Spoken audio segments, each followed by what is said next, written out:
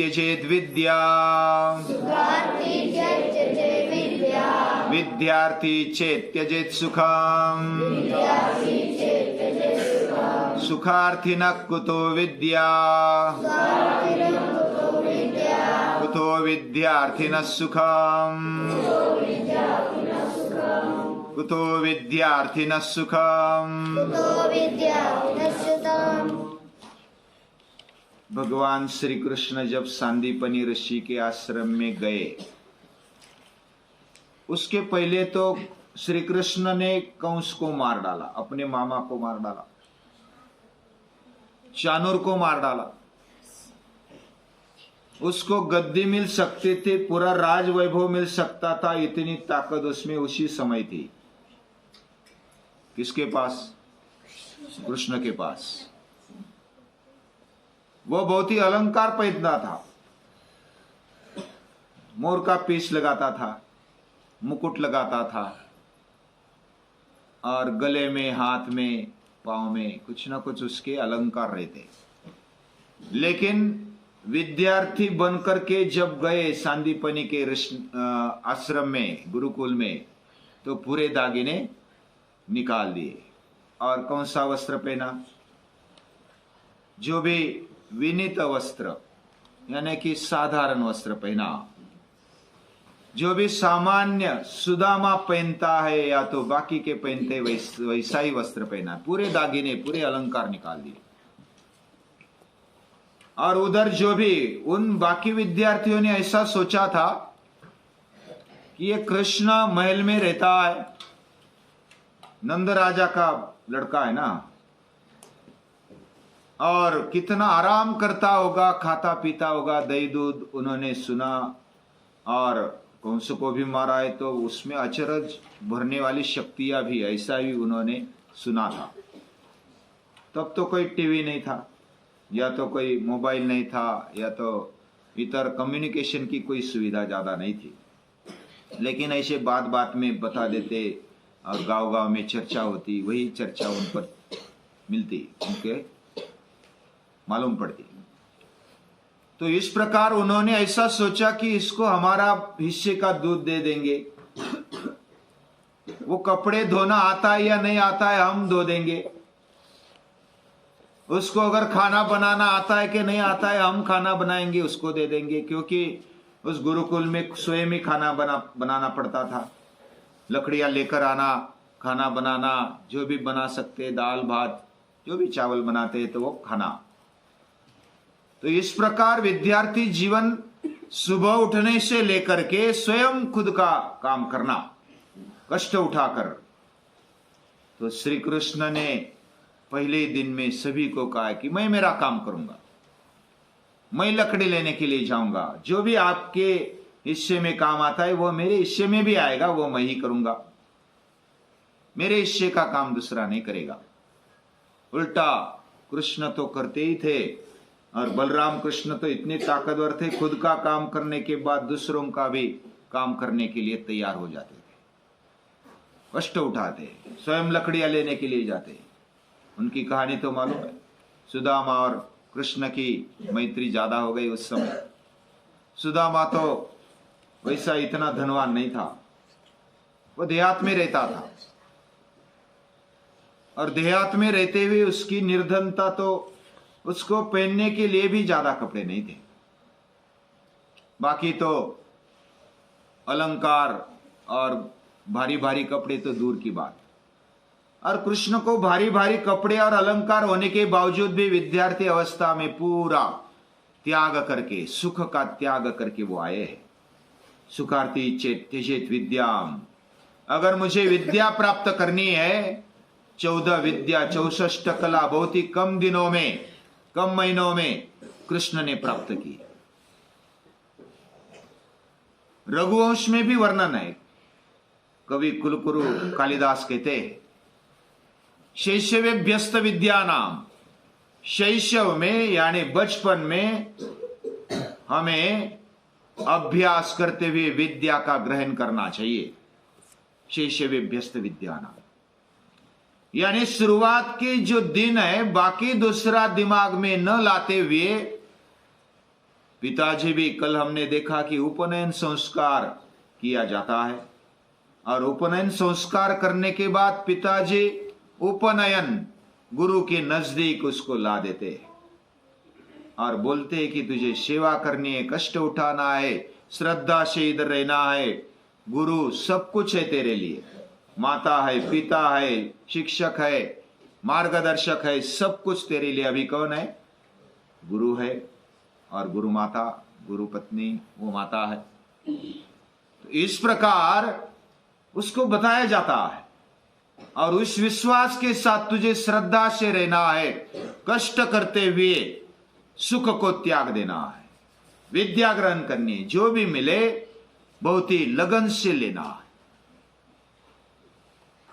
और ब्रह्मचर्य का व्रत पालन करते हुए रहना है, व्रत लेकर रहना है। व्रत बंध संस्कार उसको बोला जाता है। ये कष्ट उठाने की हिम्मत हमारे ऋषियों ने, मुनियों ने और पूरे भारतीय संस्कृति में दिखाई देती है। जो भी आज तक महान बना है, पांडव महान बने, राम महान बने, कृष्ण महान बने, भरत राजा महान बने, ध्रुव, प्रहलाद, नचिकेता महान बने। उनके नाम आज भी हम लेते हैं। क्यों लेते हैं? उन्होंने कष्ट उठाया।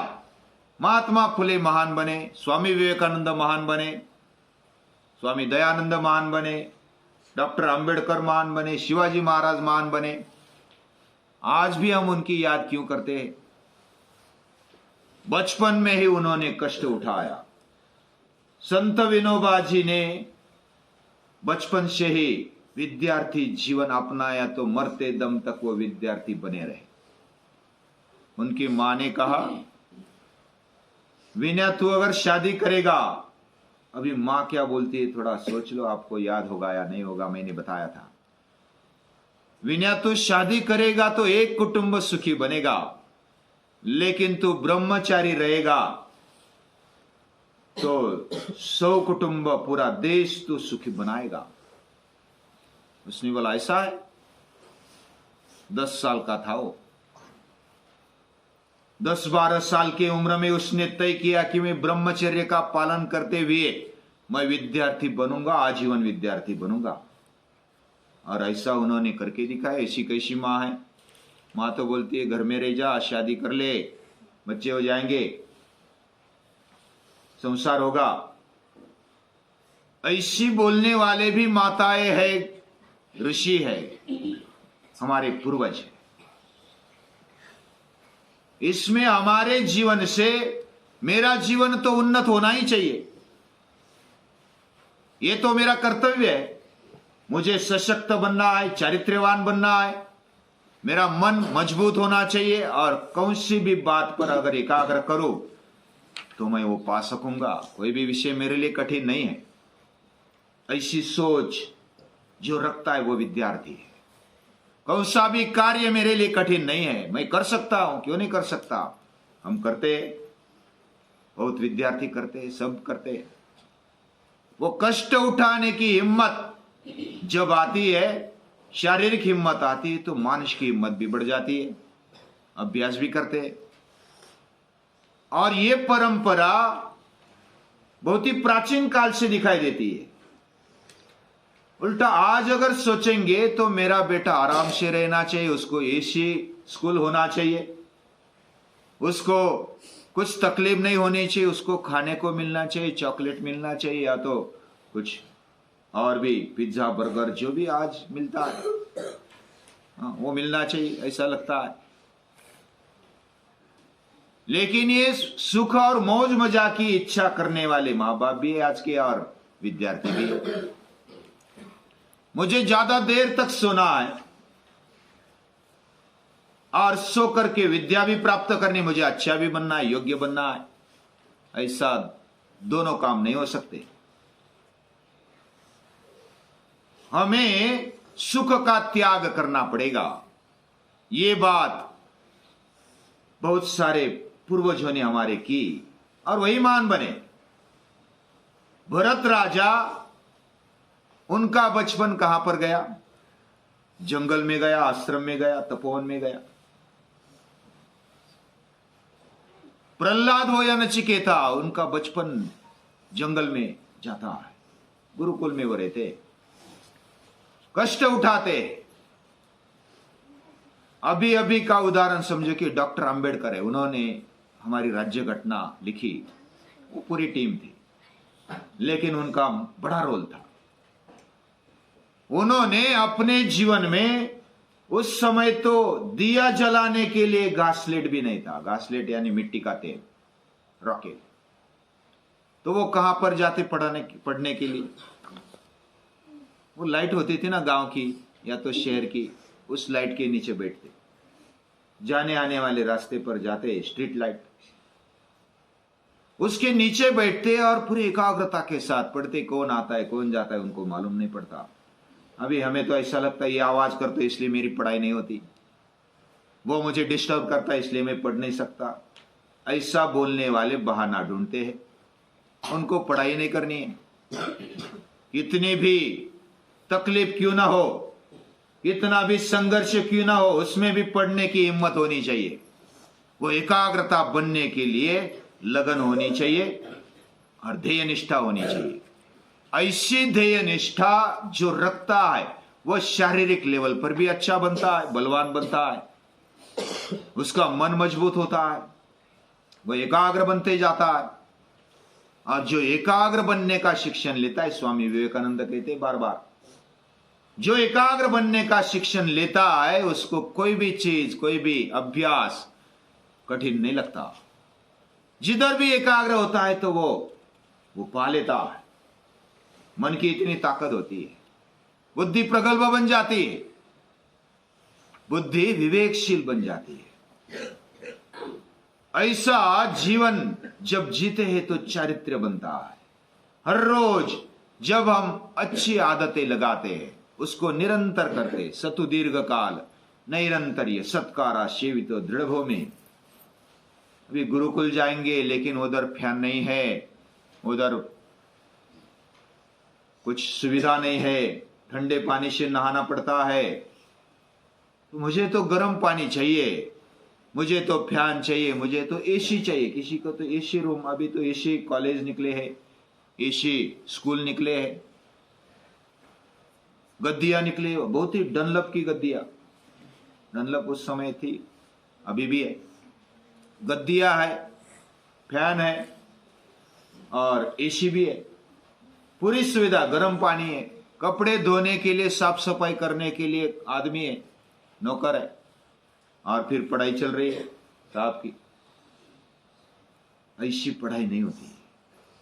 सुखार्थी चेत त्यजेत विद्याम, सुखार्थी है तो विद्या त्याग देनी चाहिए, ये सच्ची विद्या तभी मिलेगी।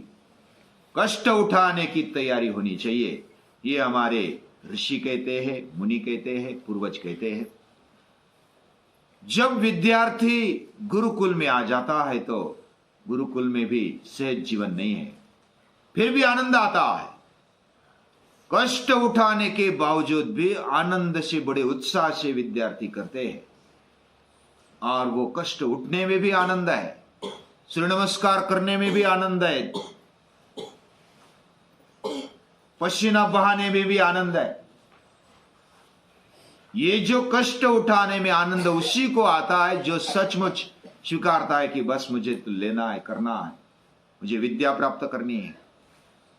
सभी का यानी मुझे और मेरा जीवन अच्छा बनना चाहिए लगता है, और सभी का जीवन अच्छा बनना चाहिए, लेकिन उसके लिए कष्ट उठाने की हिम्मत होनी चाहिए, और कष्ट जो उठाता है वही आगे बढ़ता है। और विद्यार्जन करना शारीरिक विद्या है, मानसिक विद्याएं है, बौद्धिक विद्याएं है, आध्यात्मिक विद्याएं है। ये सभी विद्याएं हमारे जीवन में आ जाए उसके लिए तपश्चर्या आवश्यक है। तपो द्वंद्व सहनम, द्वंद्व सहन करने की ताकत हमारे में आ जाए। और ये जो शिक्षण है केवल पेट भरने के लिए नहीं होता। ये शिक्षण अगर केवल पेट भरने के लिए, education only for bread, it is not good thing. ये अच्छी बात नहीं। केवल पेट भरने के लिए शिक्षण है तो पशु भी पेट भरते, कौवे भी पेट भरते, जानवर भी पेट भरते, उनको कहाँ शिक्षण मिलता है? शिक्षण तो वही होना चाहिए जीवन में कुछ विशेष करके दिखाए। हम जो सोचते, हमारे पास बुद्धि है, तो एजुकेशन फॉर लाइफ होना चाहिए, जीवन के लिए शिक्षण होना चाहिए। मुझे जीवन मिला है वो अमूल्य है, वो दुर्लभ है, और उस जीवन को समझना, इसके लिए शिक्षण चाहिए। और वही शिक्षण हमारी गुरु परंपरा से आया है।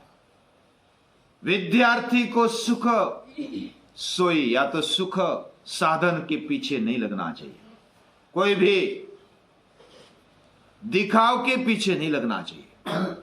मैं कैसा दिखूंगा, कैसे अलंकार पहनूंगा, कैसे कपड़े पहनूंगा, ये महत्वपूर्ण बात नहीं है।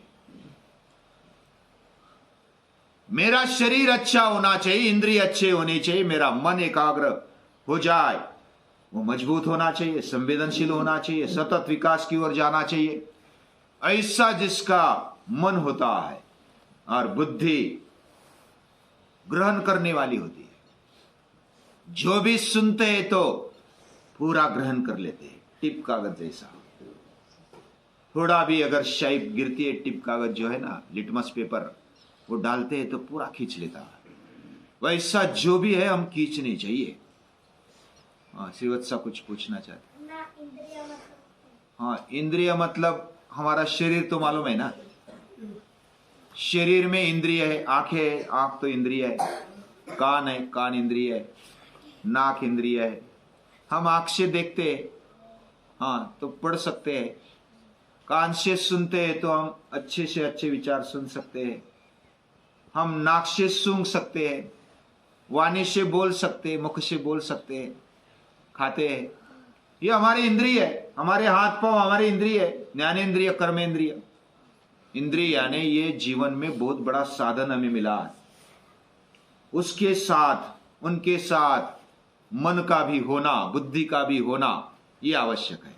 इनके द्वारा ही हम काम करते हैं, हम अभ्यास करते हैं, हम ज्ञान पाते हैं, हम प्रेम भी कर सकते हैं, प्यार कर सकते हैं, पा सकते हैं। और जिसके पास, अभी ताई ने कहा था कि प्रेम और दूसरा है ज्ञान, उसको अगर पाना है तो शरीर का साथ होना आवश्यक है। शरीर बलवान होना चाहिए, मजबूत होना चाहिए। और ये सभी विद्याएं किधर मिलती थी? गुरुकुल में मिलती थी। आज भी हम पाठशाला में आए हैं, बहुत सारों ने एक विचार करते हुए आए हैं कि मुझे कुछ पाना है, विद्या पानी है, मुझे शरीर अच्छा बनाना है, मुझे आपस में अच्छा भी रहना है। यानी एक तरफ भाव है, प्रेम है, दूसरी तरफ ज्ञान अभ्यास है, और तीसरी तरफ शारीरिक मेहनत है। ये सब हम कर रहे हैं, बड़ी मेहनत से, लगाव से कर रहे हैं। और उसके साथ साथ विद्यार्थी अवस्था में, जैसे हमने पहले देखा, तद्विद्धि प्रणिपातेन परिप्रश्नेन सेवया, विद्यार्थी में विनम्रता होनी चाहिए। विनम्रता के साथ साथ जिज्ञासा है, श्रद्धा है, विवेक और बुद्धि का उपयोग करते हुए एक एक कदम आगे डालता है। उसके जीवन में कोई लाड़ प्यार के लिए स्थान नहीं है। कोई माता पिता इधर हमें मिलने के लिए नहीं आते हैं, और हम बड़े कष्ट के साथ इधर जीते और आनंद से जीते। उल्टा लगता है कि इधर ही रह जाए। बहुत सारों को लगता है कि बस यही जीवन अच्छा है। ऐसा लगना ये बहुत बड़ी बात है। संघर्ष के बिना जीवन बनता नहीं है, जीवन विकसित नहीं होता है। ये बात हमने स्वीकारी, पूजनीय दादाजी ने भी स्वीकारी। और पूजनीय दादाजी बताते हैं, यानी भारतीय सांस्कृतिक आदर्श जीवन, ये पुस्तक है ना, उसमें बताया शैशवेभ्यस्त विद्या नाम, ये शैशव अवस्था में विद्या प्राप्त करनी चाहिए। और इस अवस्था में जब हम विद्या प्राप्त करते हैं तो बाकी अवस्थाएं अच्छी बन जाती है। यौवने विशेषिणाम वार्धक्ये मणिवृत्तिनाम योगे नान्ते तनुत्यजाम, ये अभ्यास की बात पता चलता है। जिसको शरीर ही अच्छा नहीं है, मन भी एकाग्र नहीं हो पाता, उसके लिए जीवन का कुछ भी पाना मुश्किल होता है। उसकी बुद्धि भी अच्छी नहीं चलती। और पूजनीय दादाजी ने स्वयं ऐसा जीवन जिया, हमारे लिए दिया। पूरे जीवन में आदर्श किसका रखना चाहिए? जो कष्ट उठाता है। हमें तो राजा का जीवन ऐसा लगता है, बस आराम से बैठा है सिंहासन पर, ऑर्डर देता है। हमें भी राजा बनना है, राजा की विद्या है। लेकिन राजा कष्ट उठाता है, वह अपने आप में, जैसे टुकड़ो जी महाराज कहते हैं कि झोपड़ी में रहते लेकिन वो राजा है। या झोपड़ी तो माझा, जाता तरी सुखे जा, येता तरी सुखे जा, कोणावरी न बोजा, या झोपडी तर माझ्या, भूमीवरी पडावे, ताऱ्यांकडे पहावे, प्रभु नाम नित्य गावे, या झोपडी तर माझ्या। राजा सजी महाली, सौख्ये कधी मिळाली, ती सर्व प्राप्त झाली, या झोपडी तर माझ्या। जीवन का अगर हम राजा है तो कोई हमें दुर्बल या तो गुलाम नहीं बना सकता। ये विद्या देती है, ऐसी विद्या शिक्षण से मिलती है। ऐसा शिक्षण होना चाहिए, ऐसे पूजनीय दादाजी बोलते हैं, बहुत सारे महापुरुष भी बोलते हैं, उनको नमन करते हैं।